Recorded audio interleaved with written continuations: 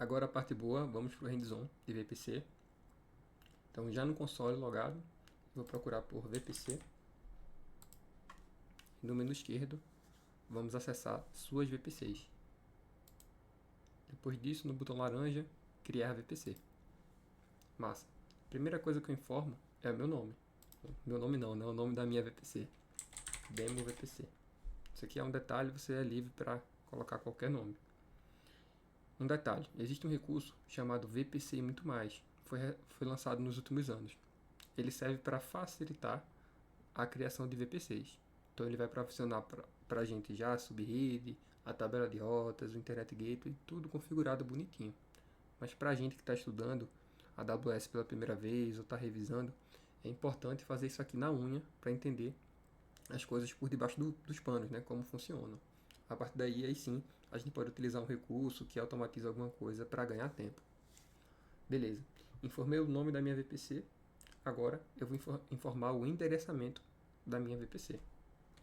10.0.0./16. O que é esse /16? Isso é o que a gente chama de CIDR, e ele vai influenciar no tamanho da minha VPC. Ele até diz, ó, o tamanho do CIDR deve estar entre /16 e /28. Quanto maior o valor, ou seja, /28 que é o máximo, menos IPs eu tenho disponíveis para uso. Quanto menor o CIDR, /16 é o mínimo, mais endereços eu tenho. Nesse caso seriam mais de 60 mil endereços. Então, se eu tenho um /16, é uma rede bem grande que eu posso segmentar em várias subredes também, bem grandes.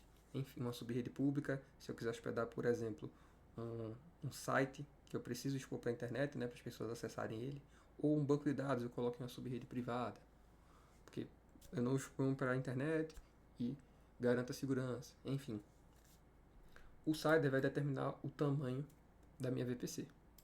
Na verdade, em todo caso, a gente precisaria subtrair 5 IPs, que são reservados pela AWS, mas isso foge do escopo do nosso exame, apenas um detalhe técnico para você. Então, se um /28 seriam 16 IPs, na verdade seriam 11, mas não precisa se concentrar nisso. Voltando aqui para a demo, informamos o nome, o tamanho da VPC, criar VPC. Já foi criada, bem rápido, e nesse recurso, chamado mapa de recursos, a gente consegue ter a visibilidade da nossa VPC. Ela tem 0 subredes, tem uma tabela de rotas padrão e não temos um Internet Gateway ainda. Então, o que é que a gente vai fazer agora? Nós iremos criar a nossa subrede. Beleza, então a gente acessa subredes no menu esquerdo, criar subrede, e a primeira coisa que a gente tem que fazer é informar a VPC. Então, qual é a VPC que eu quero dividir, que eu quero segmentar em redes menores? A nossa demo VPC que a gente criou. Beleza, aqui já informou o endereçamento, vou nomear minha subrede, vou colocar subrede pública.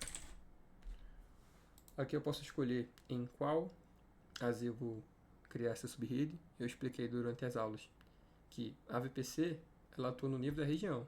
Em qual região eu estou? A gente consegue observar no lado superior direito do console. Então essa VPC eu criei na região norte da Virgínia. Aqui a gente alterna entre as regiões disponíveis da AWS. Então a VPC está em norte da Virgínia, e agora essa subrede pública eu vou dizer que vai estar na ZA dessa região. Beleza. Agora eu preciso também informar o endereçamento da minha subrede. Esse aqui é o endereçamento da minha VPC. Esse endereçamento precisa estar contido no endereçamento da VPC. Isso é lógico, afinal é um pedacinho dela. Então, 10.0.0./24. O que isso quer dizer? Quer dizer que os 24 primeiros bits, ou seja, os 3 primeiros octetos, representam a minha subrede. E o último octeto, 8 bits, eu tenho disponível para uso. Isso falei um pouco em nerd, né? Enfim, isso é um conceito de redes, não precisa se concentrar nisso. Se concentra no fato de que quanto maior o CIDR, aqui eu vou mostrar para vocês, quanto maior o CIDR, menos IPs eu tenho disponível para uso. 64 IPs até um máximo de 28, que seriam 16 IPs apenas. Lembrando que tem aquela subtração de menos 5 dos IPs reservados. Enfim, quanto menor o CIDR, mais espaço eu tenho. Vou colocar aqui um /24. Então, esse IP está contido dentro desse aqui. Eu não posso colocar, por exemplo, um 20/0/0/24. ele não vai deixar eu criar, porque esse intervalo não está dentro desse aqui. E uma subrede precisa estar dentro do intervalo da VPC, porque é um pedacinho dessa VPC que eu estou segmentando.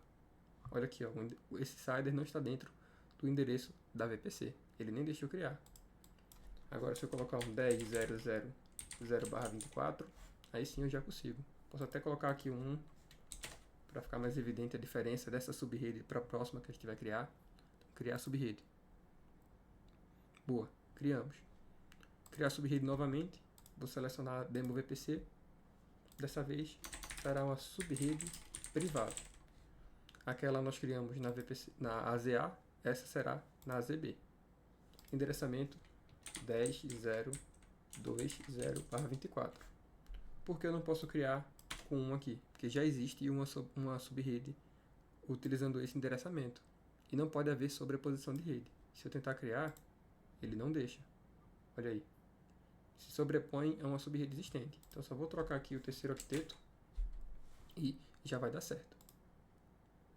Boa. Então, criamos duas subredes. Se a gente voltar em VPC, selecionar nossa VPC em mapa de recursos, a gente consegue ter a visibilidade do que foi criado até agora. A demo VPC, e segmentamos ela em duas subrede. A subrede pública e a subrede privada. A subrede é pública só no nome por enquanto.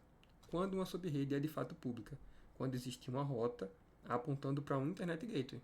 Espera aí, nem existe Internet Gateway ainda. Então é isso que a gente vai fazer agora. No menu esquerdo, vamos procurar por Internet Gateway. Está aqui. Criar Internet Gateway.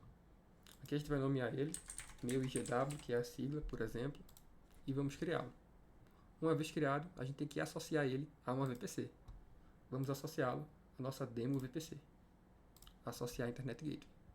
Voltando para o mapa de recursos, agora a nossa VPC tem um Internet Gateway. Mas percebam que a minha subrede pública está utilizando uma rota que não aponta para o Internet Gateway. Ambas as subredes estão utilizando a tabela de rotas padrão, que garante comunicação interna. Ou seja, essas duas subredes são subredes privadas. Então, o que é que eu posso fazer? Eu posso editar essa tabela de rotas para apontar para o Internet Gateway, ou eu posso criar uma nova tabela de rotas para a subrede pública.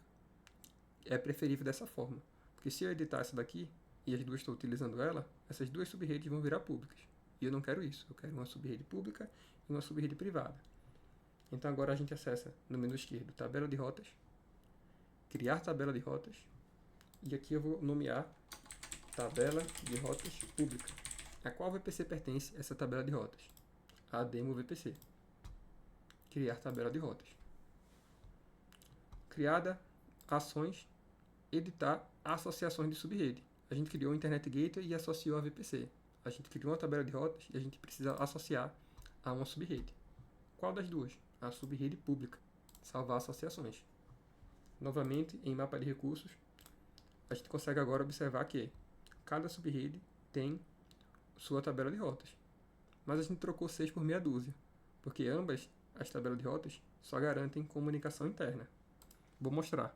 Então vou abrir agora as duas tabelas de rotas para a gente observar as rotas. Carregando.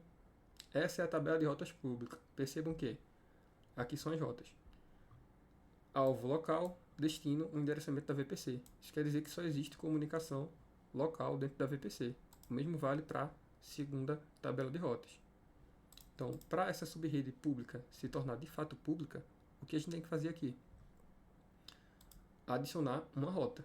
Então, na tabela de rotas pública, vamos editar rotas, adicionar rota e o alvo. Qual é o alvo? O Internet Gateway. Destino 000/0. O que eu estou dizendo aqui? Isso aqui, pessoal, significa todos os IPs do mundo, ou seja, toda a internet. Então, estou dizendo aqui na minha tabela de rotas. Caso você queira sair para a internet, se o destino for a internet, venha por aqui, ó. Venha pelo Internet Gateway. Então, estou referenciando o Internet Gateway caso a minha subrede queira sair para a internet. O caminho é esse aqui. Salvar alterações. E agora, em mapa de recursos, a gente consegue observar que agora sim a minha subrede pública é de fato pública. Ela até mudou de cor. Antes estava azul e agora está verde. Por quê? a minha subrede pública tem uma tabela de rotas que aponta para o Internet Gateway. Ou seja, se eu hospedar um recurso aqui, um site, vou rodar um site aqui, eu vou conseguir acessar esse site pelo navegador do meu computador, do celular. Por quê? Porque tem o Internet Gateway na VPC, que é o portão da internet, e essa subrede é pública. Tem uma rota apontando para o Internet Gateway. Agora, se eu fizesse a mesma coisa na subrede privada, eu não conseguiria acessar esse site, porque não existe essa comunicação com a internet. Não tem uma rota apontando para o Internet Gateway. Beleza? Se eu quisesse que um recurso em uma subrede privada saísse para a internet, é aquele recurso que a gente viu, que é o NAT Gateway, né? O NAT Gateway, na verdade. O NAT Gateway fica na subrede pública, a gente teria que apontar na tabela de rotas da subrede privada para o NAT Gateway.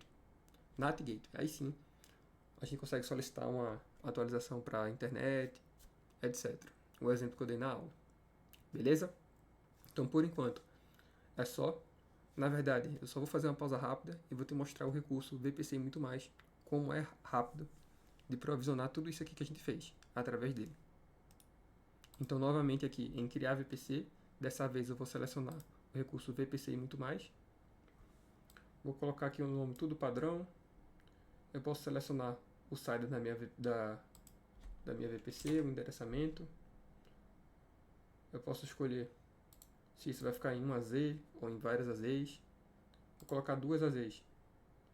Eu posso colocar duas subredes públicas, duas privadas ou não, uma de cada, ou uma pública, 0 privadas, enfim, eu consigo fazer todo esse ajuste fino. Percebam que ele já está criando tudo.